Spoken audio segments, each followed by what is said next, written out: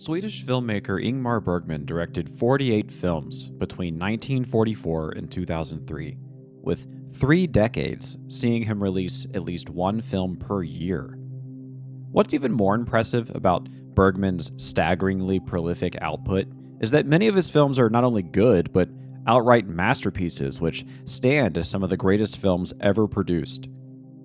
From his early period, where he released family dramas like Crisis and broad comedies like Smiles of a Summer Night, to his middle, more experimental period, which saw the releases of provocative, controversial films like Persona and Through a Glass Darkly, and eventually to his late period, where he released the brilliant television miniseries Scenes from a Marriage and Fanny and Alexander. Bergman was a true journeyman as a storyteller.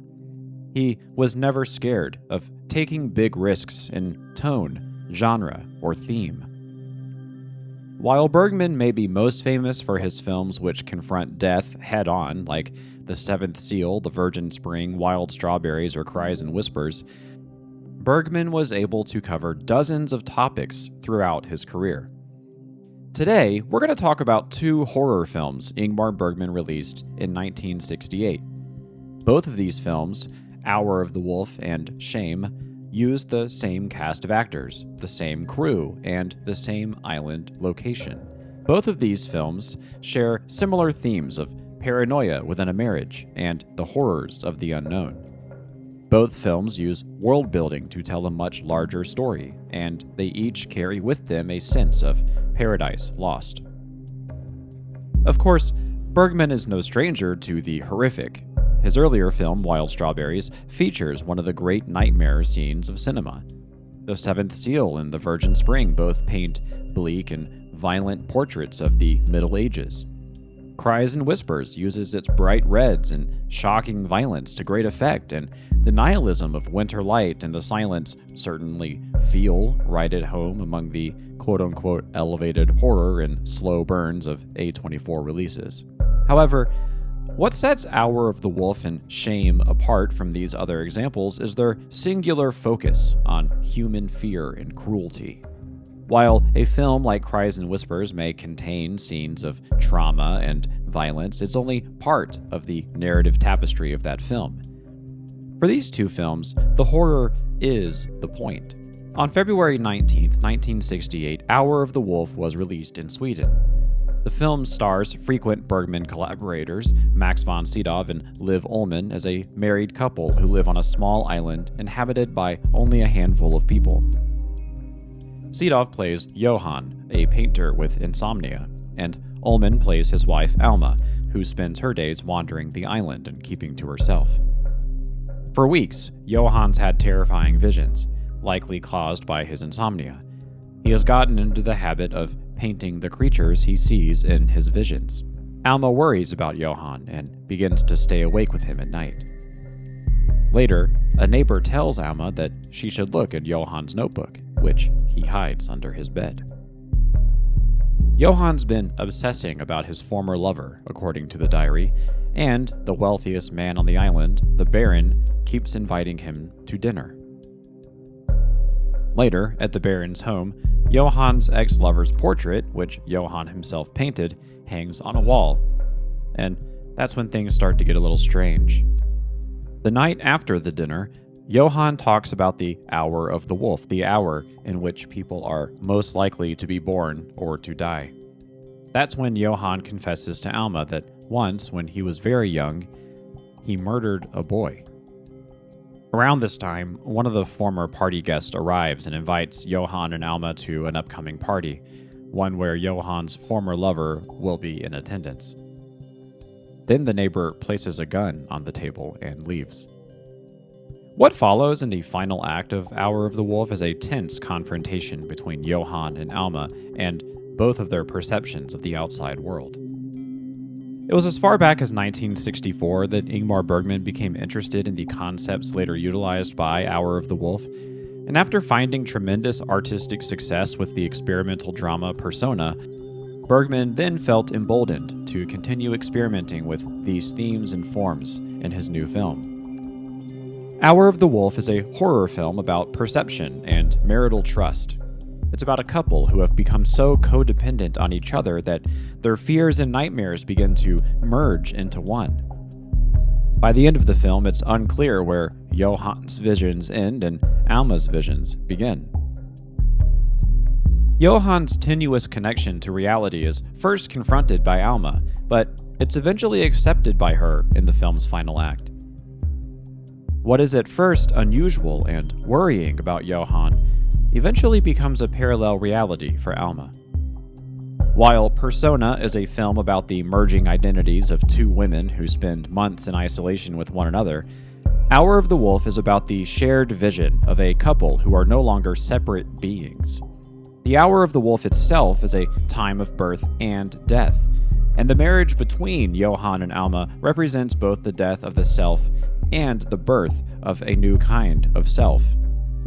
The obsessions of Johann recall the vivacious and spirited former lover of his youth, a woman with her own interests and opinions and ideas, a woman separate from Johann.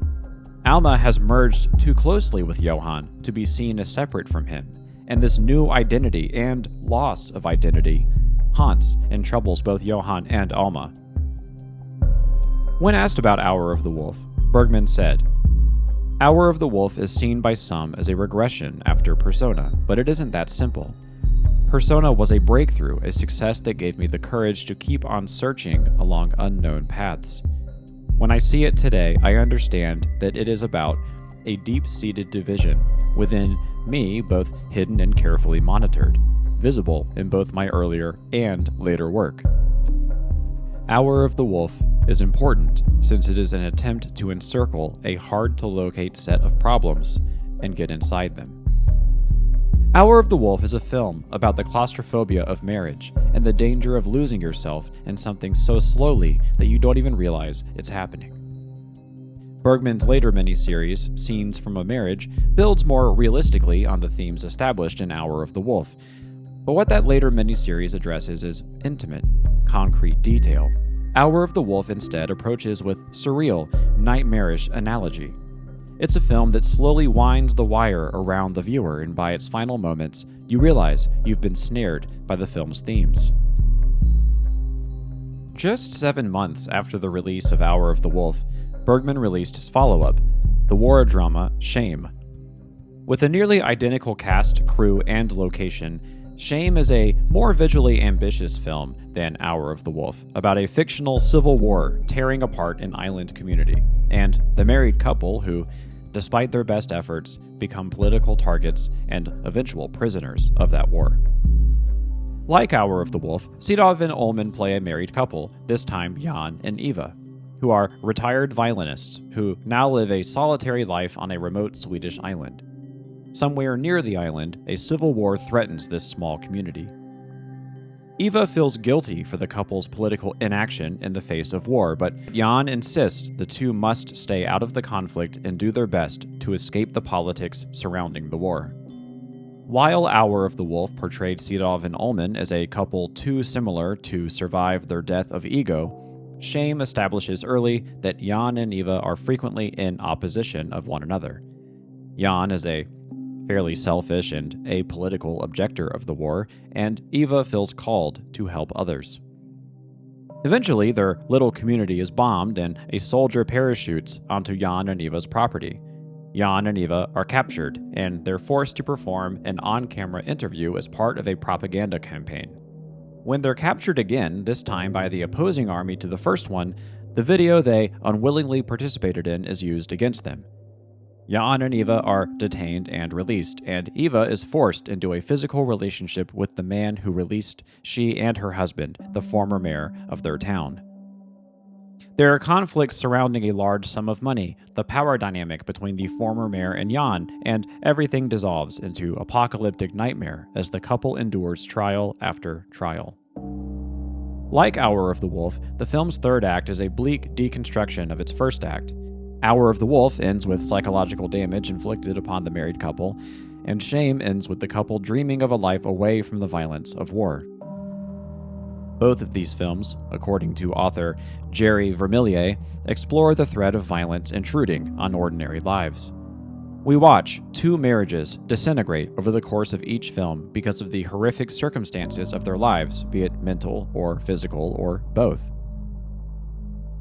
In her review of Shame, New Yorker critic Pauline Kael called the film a masterpiece, a vision of the effect of war on two people. Judith Kriest said the film was Bergman's definitive apocalyptic vision.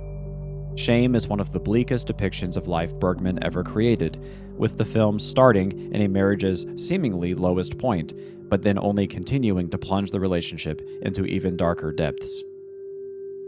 While the follow-up to these films, The Passion of Anna, is seen as a final installment of a thematic trilogy, it's Hour of the Wolf and Shame, both 1968 releases, which represent horror most stylistically in Bergman's entire career. The failure of each of these marriages in these films, and the ways in which the worlds of each film bend and twist and break under the strains of these relationships, merge beautifully with the claustrophobic photography of Sven Nykvist and the emotionally raw performances of Max von Sydow and Liv Ullmann. Both of these films take traditional horror elements, like spirits and paranoia and jealousy and psychological disintegration, to agitate and confront the audience. While Ingmar Bergman's career is full of bleak films dealing with dark subject matter, it was his two films released in 1968 which established him as a director capable of merging his unique sense of drama with the horror genre.